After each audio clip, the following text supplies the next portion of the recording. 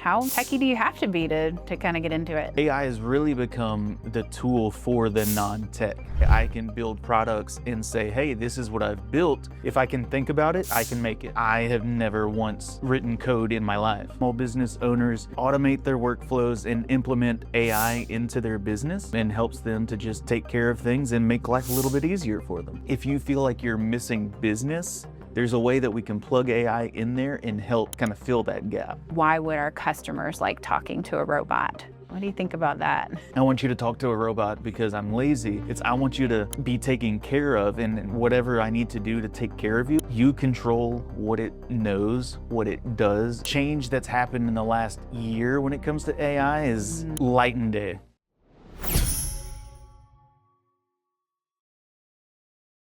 Welcome back to Bots and Bosses AI for the Trades. I'm Jessica Hensley, and we are hosting this podcast so we can help contractors just like you understand AI better. And today we have a really awesome guest named Keegan. Keegan, tell us a little bit about yourself.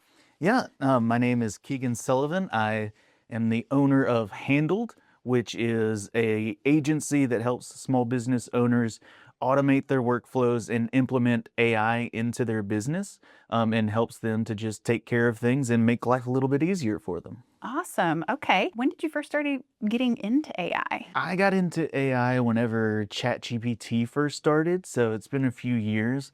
And I'm just one of those hobbyists that always tries to get in on whatever's coming out just so I know what's out there. My wife always makes fun of me because I always seem to monetize my hobbies and turn hobbies into side hustles. But so I've been doing it a few years now, but just the change that's happened in the last year when it comes to AI is light and day. Yeah.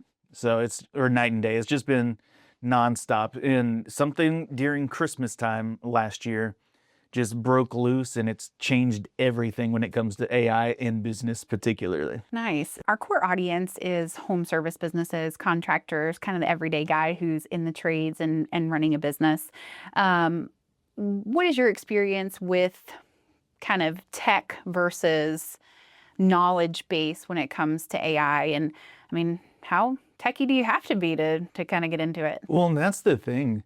It's become so user-friendly that you don't have to be techie at all in order to get started. AI has really become the tool for the non-tech. I just recently started working with a team of developers, and I have never once written code in my life. But because of AI, I can build products and say, hey, this is what I've built. Can you work with me, check it, and make sure everything is correct? And it is. And so I am a creative. I'm a photographer and a videographer, and that's my background. But now because of AI, if I can think about it, I can make it. Nice. So you mentioned that part of your business is helping small businesses kind of leverage AI. Tell us a little bit about some of the things that you would recommend or that you might help somebody with who is like maybe just opened up ChatGPT for the first time and asked it one question, and that's their level of knowledge at this point. Right. Well, there's some really cool things out there because who I work with in particular are small business owners that are kind of in that in-between stage of growth where they're too busy to do everything by themselves, but they're not quite busy enough to hire someone full-time. Yeah. And so it's that kind of weird in-between. And so what I help people do is find out what processes they have that are repetitive and automate those. 62% of business owners miss phone calls. We know all about that. And one of the things I help business owners do are basically replicate themselves in an AI form to where if you're an HVAC guy or if you're an electrician, you're on a ladder, you're in an attic, you're not able to answer the phone. You're the technician and the business owner and the receptionist, and you can't do it all. Yep. And so I've set up an automation to where if the phone goes to voicemail, they're able to leave a voicemail, but it also has an AI agent that calls that customer back. And the AI agent has the service packages and knows everything the business does. And it's able to listen and have a full conversation with someone and book that person and put them on their schedule. That way, the business owner never has to get on the phone.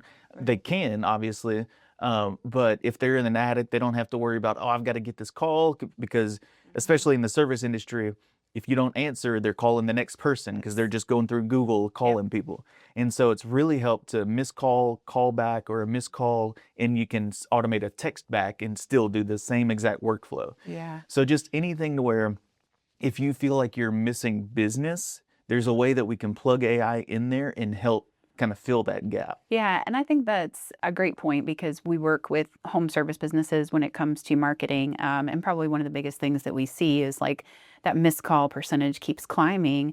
And to your point, I mean, yeah, people are just calling down Google. So, or maybe they're searching through ChatGPT and they got two names. If they call you, you don't pick up the call, you've just lost that business. Yep. And in the case where maybe a contractor's like paying for ads, that could be $100 bill that just got lit on fire. So, Yeah, absolutely. not what they want. It's interesting because I think back to maybe about 2 years ago, maybe even 3 years ago at this point, where the missed call text back thing kind of first came into view. And I think a lot of people were like, oh, that sounds cool, but what will it really do for my business? And that's taken a pretty big turn now. So, yeah. So as far as one of the things that we hear from certain contractors, home service businesses, is like, hey, we don't like talking to a robot. Why would our customers like talking to a robot? What do you think about that? Yeah. Well, and it's a very real thing. And there's kind of two ways to go about it. One way is they do make very realistic sounding AI voices now. Yeah. But two, if you don't want to go down that route, because I'm that kind of, if I'm talking to a robot, I want to know, like, don't fool me. Don't try and trick me. I'm not. So if you don't want to do that, the other kind of point of view is the reason that I am having you talk to a robot is because I want to make sure you're taken care of. I want to make sure that I'm able to at least see what's going on. If it's an emergency, I can be you can let me know. If it's something that we need to get them in today, it's something like, if I miss that call, I get busy, it could be 3 hours before I even remember to call you back. But if you're utilizing AI as your personal assistant, not only can it let you know, hey, you missed this call, you need to call them back, or hey, this is an emergency, you need to see what's going on, but it'll also set reminders. It'll remind you via email, via text message, or just a push notification to your phone. It'll make sure that you remember. Yeah. And so it's not so much of a, I want you to talk to a robot because I'm lazy. It's, I want you to be taken care of, and whatever I need to do to take care of you is what I'm going to do, whether it's a voice agent, whether it's an automatic email, whether it's a automatic text message. I'm trying to make sure that you're seen, you're heard, and that you know I'm trying. I love that. I think that's a great point to make, and a good way to position it as well. Even if we were like looking at, someone's website, for instance, even having that little chat bot on there, it's kind of like, hey, it's an easier way for me to reach out. Maybe as a consumer, I'm at work, I'm busy, I don't have time to pick up the phone and call you. Now this chat bot, I can go on there and be like, hey, I need to book my appointment. And that has, the world is kind of just keeping progressing that way, and ease of communication, right? Lowering the barrier. Yeah. So when you think about like what's next, so you mentioned, around Christmas time, you felt like it just kind of went whoo as far as AI goes. When you think about the next 6 months, what do you think some of your predictions are? So I don't think it's slowing down. And I'm big on AI is not replacing people, it's replacing tasks. But now I do think that AI will replace some people that aren't willing to learn AI, because there's always going to be somebody that needs to push the button. There's always going to be someone that needs to start the automation or to handle whatever the result is.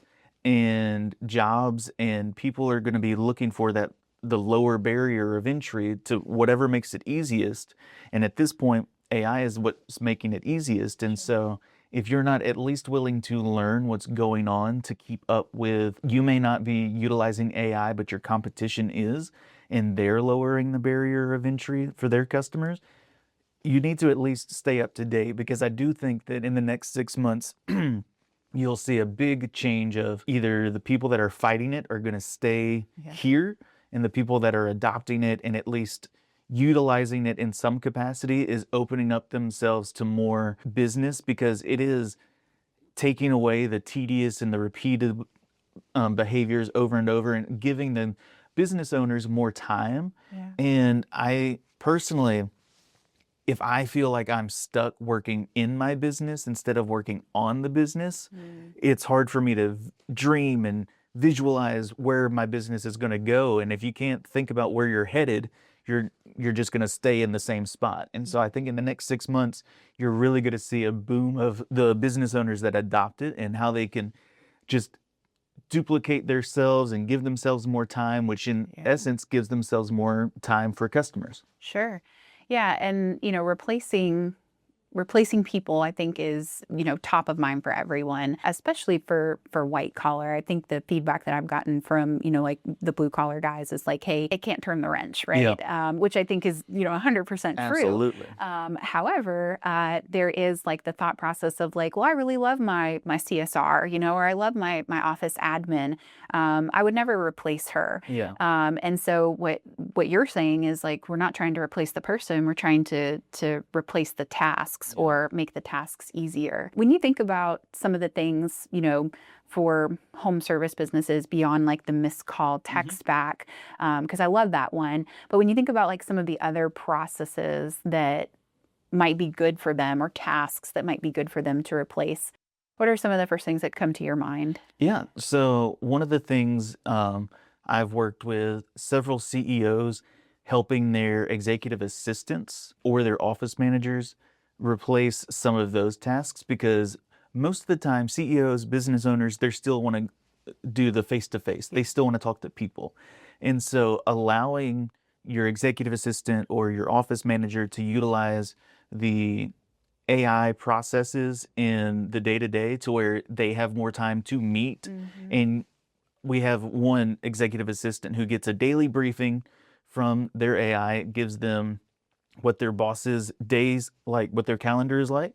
It gives them what emails they've not responded to yet. It tells them what text messages they've not responded to yet. And also there's a Zoom call recorder, and it says, hey, in the last 3 Zoom calls, your boss has said that they would do this, this, and this, and they've only done 2 of those. So the third thing is still waiting.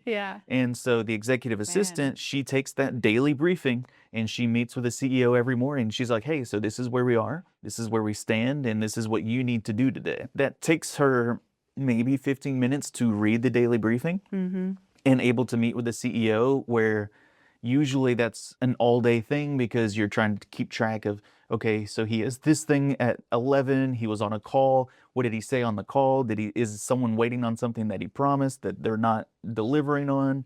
And so a lot of the automations are just helping to follow up on promises, because as a business owner, your word is your law, and like that's your reputation. So that's one of the things that we automate a decent amount. Another thing is with some of the outbound sales. For example, we have one company, they're a web designer, and we've built a tool where they can look at Google Maps for businesses that have 4 or 5-star Google reviews, but no website. And then it'll automatically draft an email for them and say, hey, noticed you're crushing it on Google, but you don't have any websites. Can we talk, maybe get you set up? And so just kind of automating the outbound to where when you're a business owner, if you have free time, you can actually enjoy your free time. You don't have to think, oh man, I can't sit here and watch TV. I've got to be looking for the next customer. I've got to be doing the next thing. And so automating a lot of that just to kind of give that peace of mind back. And that's one of the things that I've talked a little bit about is, AI definitely saves time. Time is money. Time is also one of those things that we can't ever get back. And we also don't know how much of it we have. You are correct. We can't really necessarily see what the future holds when it comes to the amount of time. But it also is like a stress reliever Yeah. when used properly, because as you mentioned, like that assistant, now instead of her stressing, the whole day over, do I have all this together? Am I missing anything? She can just kind of internalize all that. When you think about how this is going to kind of grow over time. I know personally that, like you mentioned, kind of in the last 6 months or so, it seems like the level of AI knowledge for the AI, not necessarily for the person, but the level for AI was like here. And almost overnight, it jumped up exponentially. Yeah. When you think about that and you think about what the next 6 months looks like, how smart do you think it's going to be? I think it's going to be pretty smart. Because the way that it's able to scrape the internet now and read about businesses, read about business owners, to where instead of going to Google and saying, hey, I'm looking for a woman-owned business that does electrical work, Yeah. and then scrolling through 12 pages of Google trying to find that because they're just locking on one or two keywords, where ChatGPT or Claude or Perplexity or any of these AI tools are able to scrape the websites and actually know who owns what they do, and it's able to not just give you, hey, here's 30 options that might be what you're looking for. Right. It'll give you, hey, here are 5 people that are exactly what you're looking for and exactly that fit your request. And it's just making your searches a lot more accurate. And if it's already doing things like that, the way that it's going to be getting even more granular with its search capability is going to be next level. Yeah.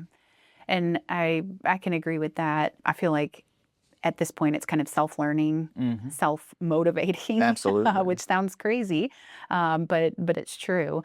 And so in comparison to that, I would also say in the last 6 months that the user or consumer knowledge has also changed. So what kind of patterns have you seen with that, of people who maybe were using it 6 months ago versus using it now, and like how do you feel like that's going in the same trajectory? Yeah, I think it's also going in the same direction of, if you were using it 6 months ago, you're now considered almost an expert. You're a subject matter expert because it's moving so quickly. Just 6 months, just having that 6 months more experience makes you so much more valuable.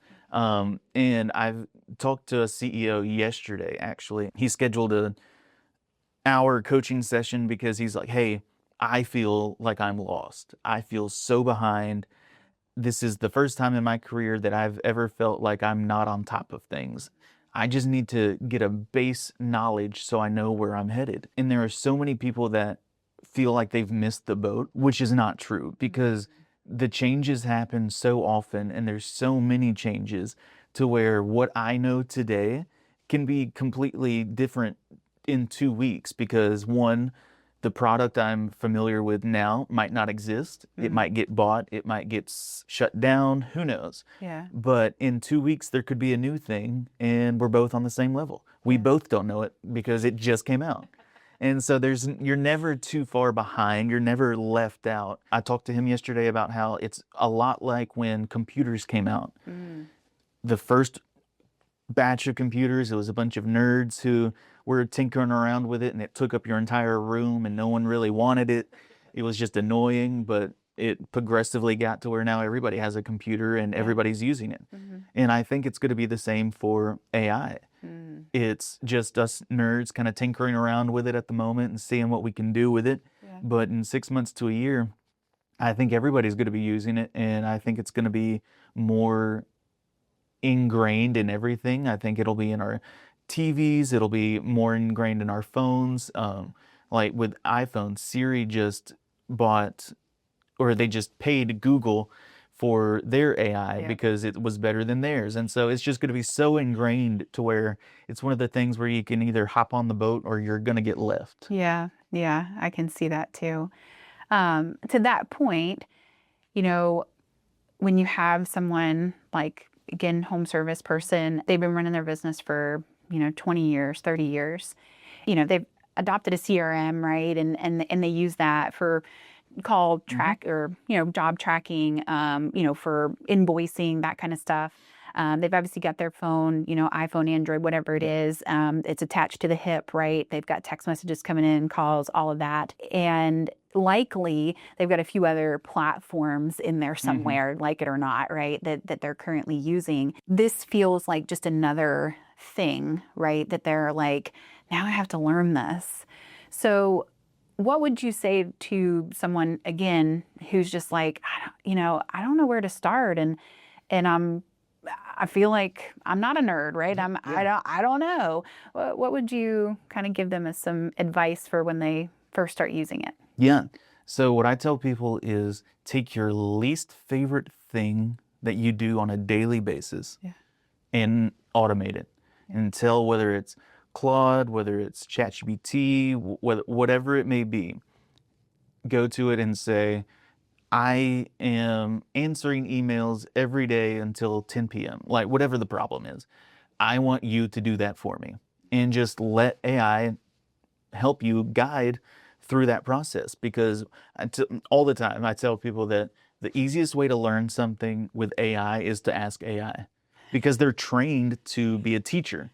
Yeah. And so one of the things I do is I have set it to where my AI explains every move it makes, like every step it takes. It tells me why it does that, because I want to know how it works, because if it breaks, I need to know how to fix it. Yeah. And so everything it does, it says, this is what we just did, this is why, this is how. And it takes me a little bit longer to finish projects, but I'm learning. Yeah. And so just start with your least favorite task of, hey, I hate answering the phone. Hey, I hate answering emails. Hey, whatever your least favorite thing is, tell AI, this is what I don't want to do anymore.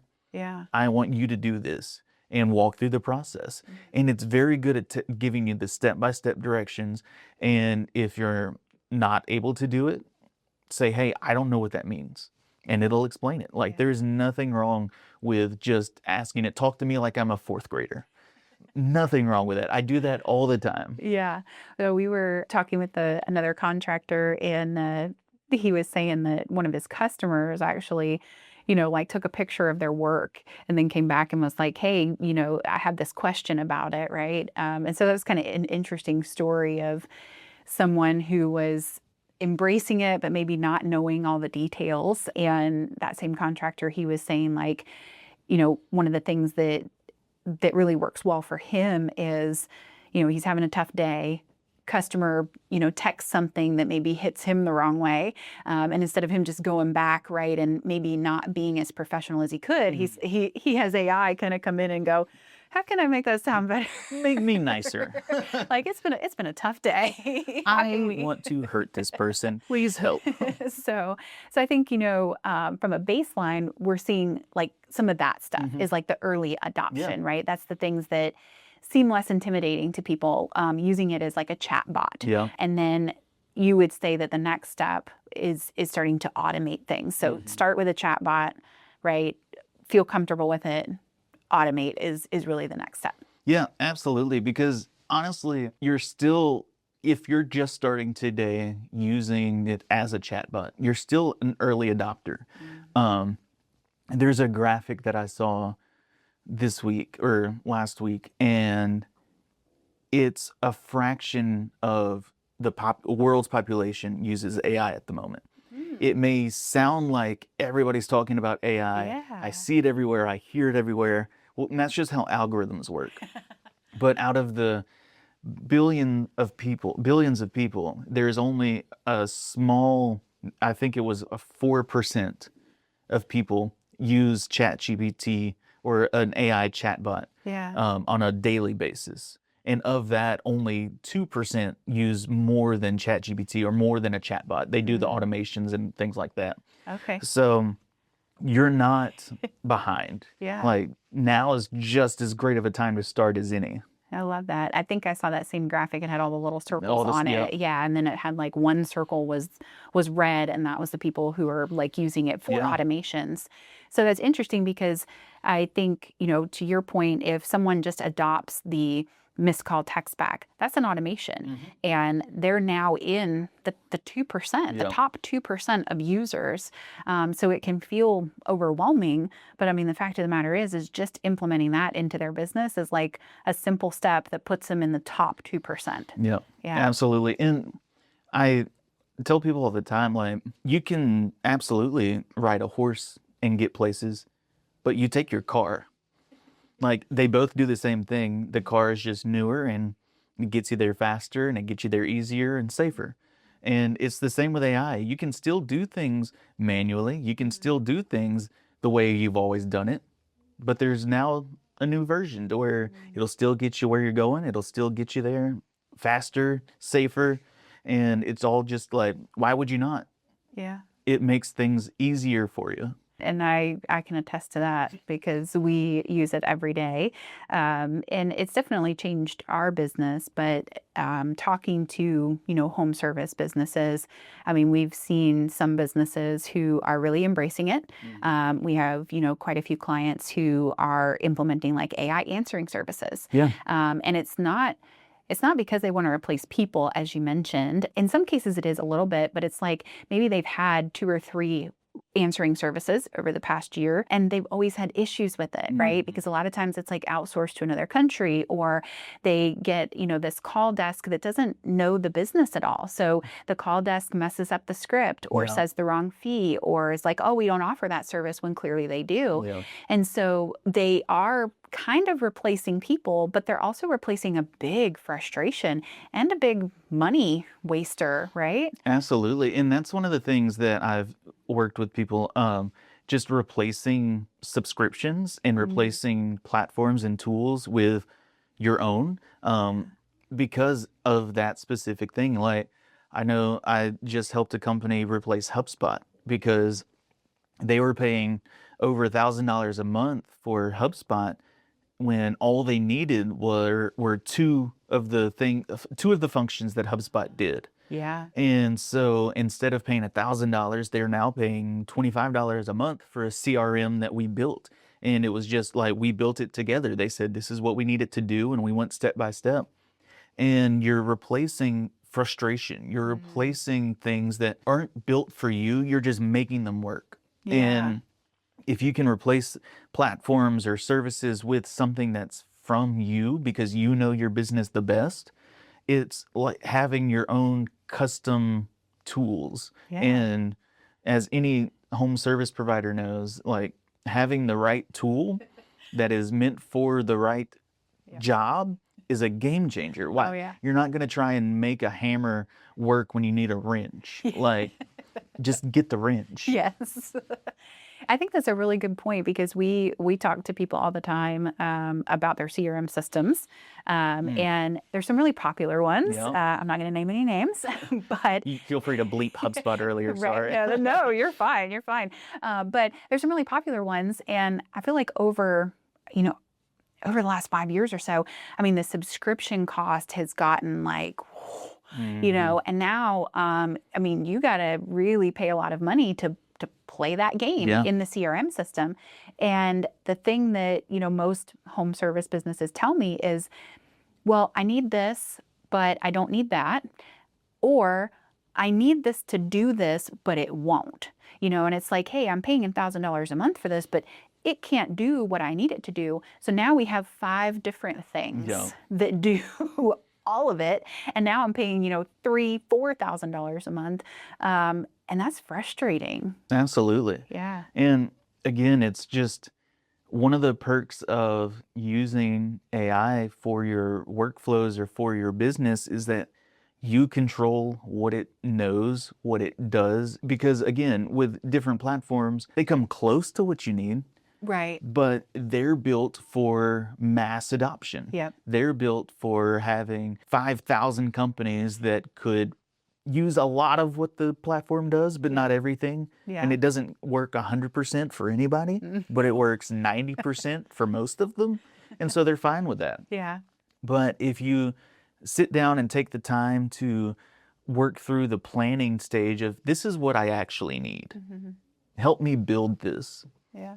Like that's a big thing we're doing right now, especially with small businesses, is replacing the platforms and replacing the subscriptions that they don't need and helping them save that overhead um, spend and giving it back to their team and Yeah. allowing them to pay their team more or give bonuses or to hire that extra person that they need because they're saving money in other places. Yeah. And so again, back to your kind of original statement, which is like we're not looking to replace the people, where we're looking to replace the task. In a lot of cases, that might mean better things for your people anyway. Exactly. And that's Yeah. like you're giving them more time to be good at their job. Mm. Because at the moment, if you wanted someone to go take a continuing education class or go learn the new trend of whatever service you're providing, they don't have time and you can't afford to let them go do that, even if it's a 2-day class, Yeah. because you need them in your business. But if you're automating some of these tasks and automating some of these workflows to where they get an extra 2 hours in their day, first of all, they're still getting their job done, and it's not for you to find them 2 more hours worth of work to give them. Like, just allow them to breathe and allow them to have that mindset of, okay, I'm not rushing around. I don't have to do Mm. this, do this, do this, do this to make sure all of my things get done. I have time to sit and think. Yeah. And a lot of the people I've worked with have seen their team become more productive because they have time to think about, oh, you know what we could do? Oh, we could add this. Oh, because they're not in that grind mentality. They actually Yeah. have time to sit and think, which is huge.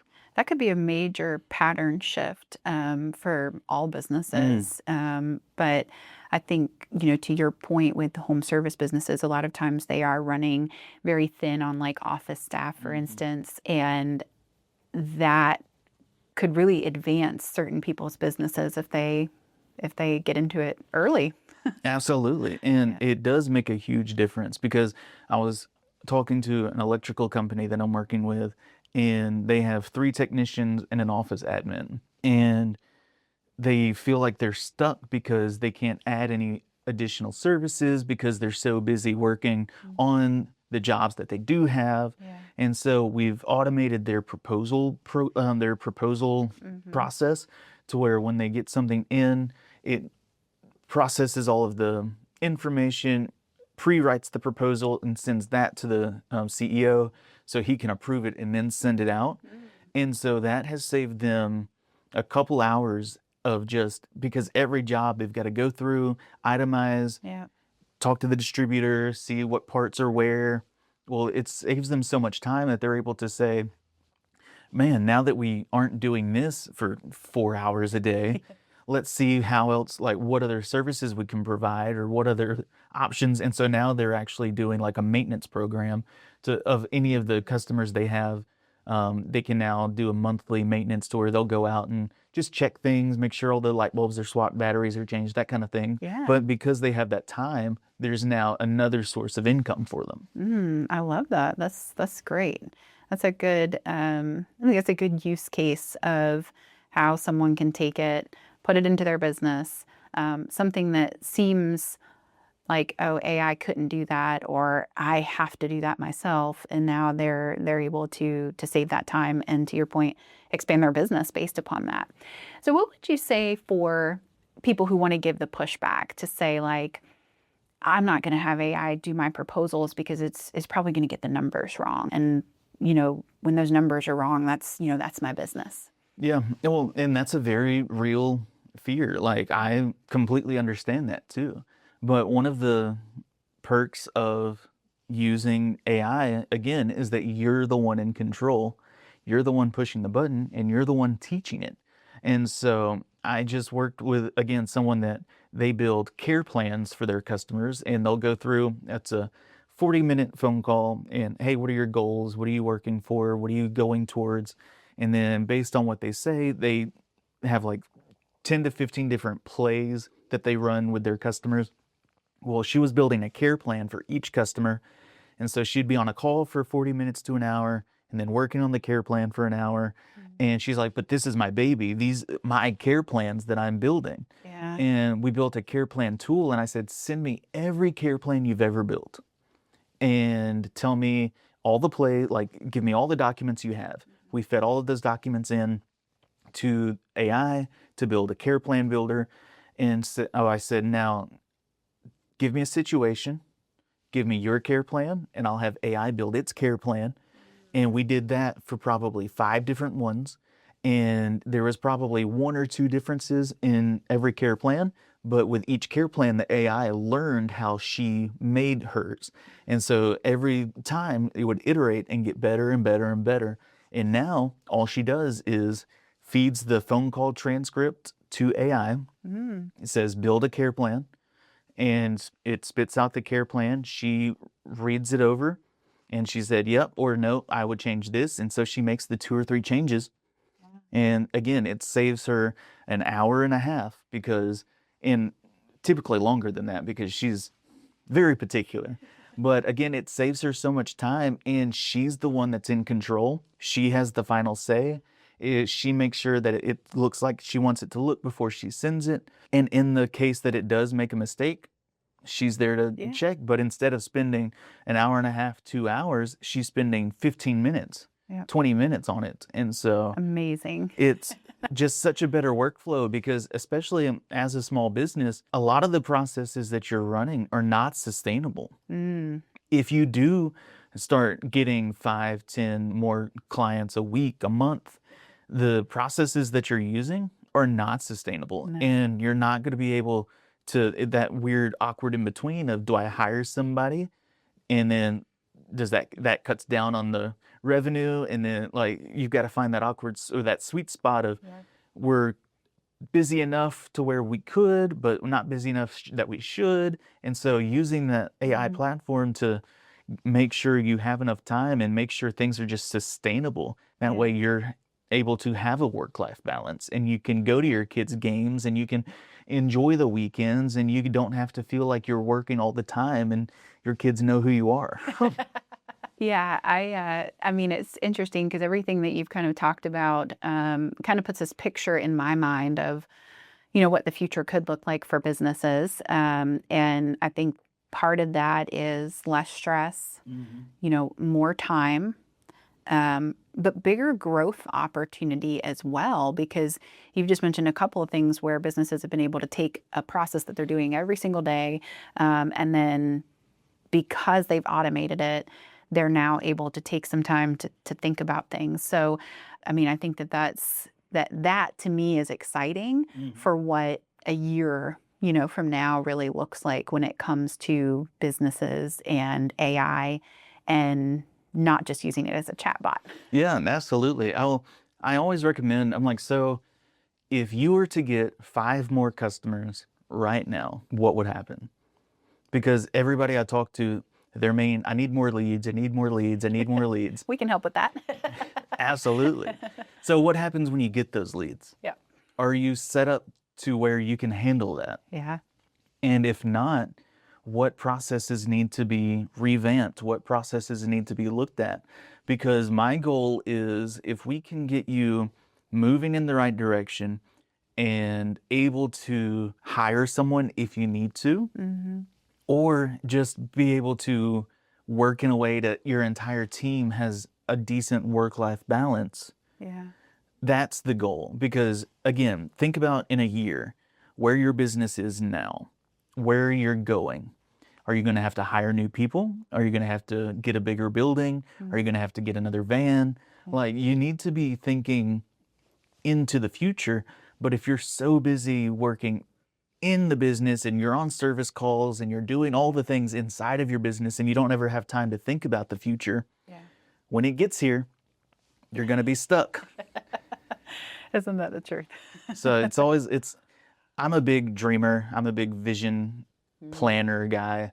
And it's easy for me to get overwhelmed and stressed if I don't have time to sit and think about it. If I don't have time to think about the future because I'm just so busy in the day-to-day grind and the everyday of it, I never get to see the opportunities that are out there. And so automating my workflows and automating the things that I do have given me the time to see what's ahead and to see where I'm headed and to make sure I'm going in the right direction. Because if you're just running with your head down, you could hit a wall, like you can't see where you're going. And so it's good to come up for air every now and then. And AI really helps with that. Really helps with that. I love that. There's a book called The E-Myth. I'm not sure if you're familiar with it, but it really talks about how, a technician, so like a home service type guy, usually has like this entrepreneurial seizure where it's like all of a sudden like, hey, I can go run this business because I know how to do the plumbing, and then they get in the business and they realize, oh, wait a minute, I'm no longer just a plumber, right? And it talks about how the ultimate goal of being a business owner is to be the visionary, is to be leading the other technicians, right? I think it'll be interesting to see how AI is able to help shape that, because the cost of knowledge is now dirt cheap. Oh, yeah. I mean, you would have to spend years in college to get the information or be able to understand the information that you could now get on AI and find out in 10 minutes. Yeah. Well, and the other thing too is AI can be a great business mentor. If you don't have a mentor, I'm a big proponent for mentor and Business find coaches one. love them. Yeah, they're great. I couldn't live without mine. Yeah. And so, but if you're not in a spot where you can have a mentor, you don't know of anybody, you can bounce ideas off of AI and be like, hey, this is what I'm thinking about doing. Why is this a bad idea? That's one of my favorite things to ask. Because again, I'm a dreamer. I'm like, hey, this is what I'm thinking about. Why won't this work? Now, my wife is great at telling me that. But if I want a second opinion, I go to AI and I'm like, hey, why is this a bad idea? The AI usually agrees with your wife, She right? always. But it's nice to have, oh, I didn't even think about that. Because I didn't go to school for business. And I'm still learning every day on how to do things better. And it's a great way of, hey, we're thinking about offering this service. How can we do this in a way that doesn't add extra stress to our people? Or what could go wrong if we wanted to do this? It's a great sounding board. Yeah, I love that. I agree with that. And like I said, level of entry is, maybe you pay for a subscription, it's $20 a month, right? Yep. And like to be able to have that at your fingertips for $20 a month Right. seems insane almost. I pay my therapist much more than that a month. So having not recommending AI be your therapist, it's just a good sounding board. Right. Yes. Let's drill that back just a little bit. Just a little bit. So to kind of wrap this up, if you had a plumber sitting here right now and he was thinking about adopting AI into his business in the next month, what are the first two things that you would tell him to start doing? So I would recommend that they track their day and write down what they spend the most of their time doing.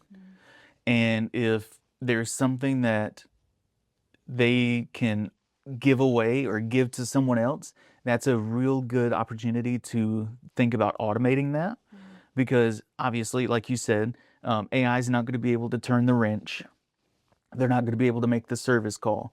But what are they doing in the van ride there, the van ride back? What are they doing when they get back to the office? What is taking up most of their day? Track that, write that down. And then write down where they would like to be in a year. And then, because I have people, where would you like to be in a year? And then we reverse engineer it. So what does it take to get there? And we start and go backwards. And so if you tell me where you want to be in a year and what takes up the most time in your day, we can absolutely get you started with AI, because it's a great foundation of, this is where I want to be, this is where I am, how do I get there? Yeah, I love that. Well, thank you so much. Go ahead and tell people where they can find you if they want to get more information. Yeah, absolutely. So they can go to handledagency.co. On the internet. Facebook, it's Handled Agency. LinkedIn, it's Handled Agency. I'm Keegan Sullivan on LinkedIn and TikTok and Instagram, and All the things. All right. Well, we will definitely check you out.